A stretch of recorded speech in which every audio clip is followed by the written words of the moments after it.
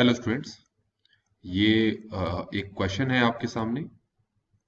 तो क्वेश्चन में क्या कहा है, आपको यहाँ पर तीन वेक्टर्स दे रखे हैं, ए वेक्टर, बी वेक्टर और सी वेक्टर। ठीक है। और यहाँ पर एक चौथा वेक्टर भी दे रखा है हमें, आर वेक्टर, जिसके बारे में कहा है कि R cross B equal to C cross B. और साथ ही साथ R dot A vector equal to 0 दे रखा है, तो ये इसकी वैल्यू हमें फाइंड आउट करनी है। तो कैसे करेंगे? सबसे पहले इसको देखें। ये है R vector cross B vector equal to C vector cross B vector. हम इसको ऐसे लिख सकते हैं, R vector cross B vector minus C vector cross B vector equal to 0। इसको ऐसे लिखा जा सकता है, R vector minus C vector cross B vector equal to 0। अब हमें पता है कि अगर दो वेक्टर्स का क्रॉस प्रोडक्ट 0 है, तो इसका मतलब ये होता है कि वो जो दो वेक्टर्स हैं वो एक दूसरे के क्या है, पैरेलल है। ये चीज ध्यान में रखें आप। तो यहां पर भी हमारे पास ये वेक्टर और इस वेक्टर का क्रॉस प्रोडक्ट यहां पर 0 है, तो इसका मतलब हो गया कि r minus C vector parallel होगा बी वेक्टर के। और ऐसे केस में जब एक वेक्टर दूसरे के पैरेलल होता है तो हम उसको लिखते हैं r vector minus C vector equal to lambda times of B vector. और हम इसको लिख सकते हैं R vector equal to C vector plus lambda times of B vector. यहां तक आपको समझ में आ गया होगा। अब हम क्या करते हैं कि हमारे पास जो सी वेक्टर और बी वेक्टर की वैल्यू ऊपर दे रखी है वो यहां पर हम पुट कर लेते हैं। तो सी वेक्टर की वैल्यू है 5i cap minus 3j cap plus 3k cap plus lambda times of B vector की वैल्यू ऊपर लिखी हुई है, ये है I cap minus J cap plus क्या है 2k कैप। ठीक है। इसको यहां पर सिंप्लीफाई कर लेते हैं।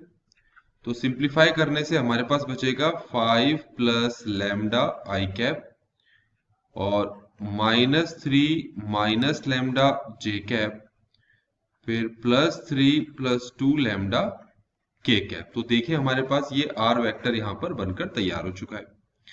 अब आप देख सकते हैं कि हमें एक कंडीशन और दे रखी है कि R dot A vector, R vector dot A vector is equal to 0। तो हम क्या करेंगे, हम R vector dot A vector को 0 के इक्वल रखेंगे। आर वेक्टर की वैल्यू मैंने ऊपर निकाल कर दिखा दी है आपको, जो कि है 5 plus lambda I cap plus minus 3 minus lambda J cap plus 3 plus 2 lambda K cap dot ये है I cap plus 2j cap plus 3k cap equal to 0। तो अगर मैं इसको सिंप्लीफाई करूं तो मुझे आंसर क्या मिलेगा, ये मिलेगा 5 plus lambda minus 6 minus 2 lambda plus 9 plus 6 lambda equal to 0। अब आपको क्या करना है, इसको सॉल्व करना है। और सॉल्व करने से हमारे पास जो वैल्यू आएगी वो कुछ यूं आएगी, 5 लैम्डा प्लस 8 इक्वल टू 0 और लैम्डा की वैल्यू यहां से माइनस 8/5 आ गई। तो यहां तक आपको बातें समझ में आ गई होंगी। अब ये जो लैम्डा की वैल्यू है, अब ये लैम्डा की वैल्यू हम जो आर वेक्टर है उसकी इक्वेशन में पुट कर लेते हैं। तो आर वेक्टर की इक्वेशन में अगेन लिख लेता हूं, 5 plus lambda I cap plus minus 3 minus lambda J cap plus 3 plus 2 lambda K cap. यहां तक क्लियर हो गया होगा आपको। तो अब आपको क्या करना है, ये जो लैम्डा की वैल्यू है इनमें पुट करना है और सिंप्लीफाई करना है। तो आपको मिलने वाला है 17 आई कैप माइनस 7 जे कैप प्लस के कैप ओवर 5। आप ये खुद पुट करके देखेंगे। अब क्वेश्चन में वापस जाते हैं तो इन्होंने ये चीज फाइंड करने के लिए कही है, क्या है, 25 आर मॉड का स्क्वायर। तो सबसे पहले आर मॉड का स्क्वायर अगर हम फाइंड करें तो ये आएगा, सिंपल सी बात है, ये आएगा आपके पास 289 49 प्लस 1 ओवर 25। सॉल्व करोगे तो 339 ओवर 25 आ गया। और अब अगर मैं 25 को दोनों तरफ मल्टीप्लाई कर दूं तो ये कट गया, तो आंसर देखो हमारे पास कितना आ गया, 339। क्वेश्चन में यही फाइंड आउट करने के लिए कहा था आपसे।